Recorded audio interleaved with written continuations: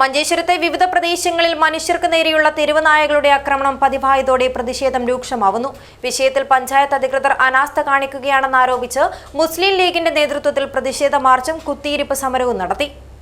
അത്യാധുനികവും ലോക നിലവാരവുമുള്ള ഫർണിച്ചറുകൾ വമ്പിച്ച വിലക്കുറവിൽ നിങ്ങളുടെ വീട്ടിലേക്ക് എത്തിച്ചു നൽകുന്നു. ബെഡ്റൂമോ, ലിവിംഗ് റൂമോ, ഓഫീസോ, സ്റ്റുഡിയോയോ ഏതൊന്നിനെയും ഭംഗിയാക്കാൻ ആർട്ടിക് ഫർണിച്ചർ ഇന്ന് തന്നെ സന്ദർശിക്കൂ.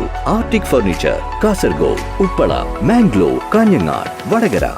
മഞ്ചേശ്വരത്തെ വിവിധ പ്രദേശങ്ങൾ തെരുവ് നായ്ക്കളുടെ വിഹാര കേന്ദ്രമായത് മനുഷ്യജീവന് തന്നെ ഭീഷണി ഉയർത്തുകയാണ്.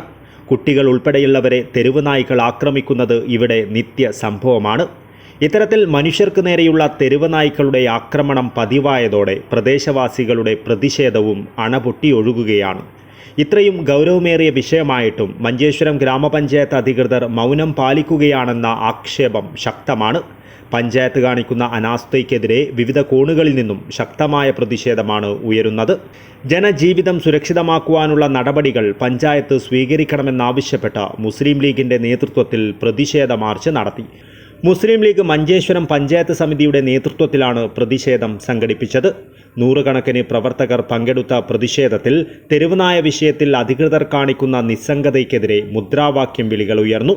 പിന്നീട് പ്രവർത്തകർ ഗ്രാമപഞ്ചായത്ത് ഓഫീസിന് മുന്നിൽ കുത്തിയിരിപ്പ് സമരം നടത്തി. മുസ്ലിം ലീഗ് മണ്ഡലം ട്രഷറർ സയ്യിദ് സൈഫുള്ള തങ്ങൾ സമരം ഉദ്ഘാടനം ചെയ്തു.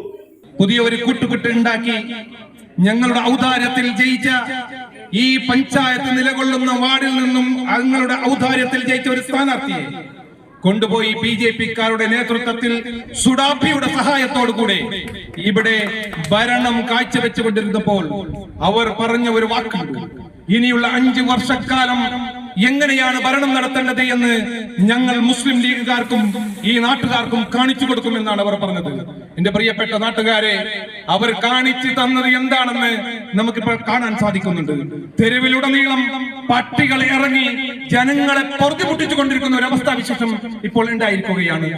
മുസ്ലിം ലീഗ് മഞ്ചേശ്വരം ഗ്രാമപഞ്ചായത്ത് പ്രസിഡന്റ് അസീസ് ഹാജി അധ്യക്ഷത വഹിച്ചു.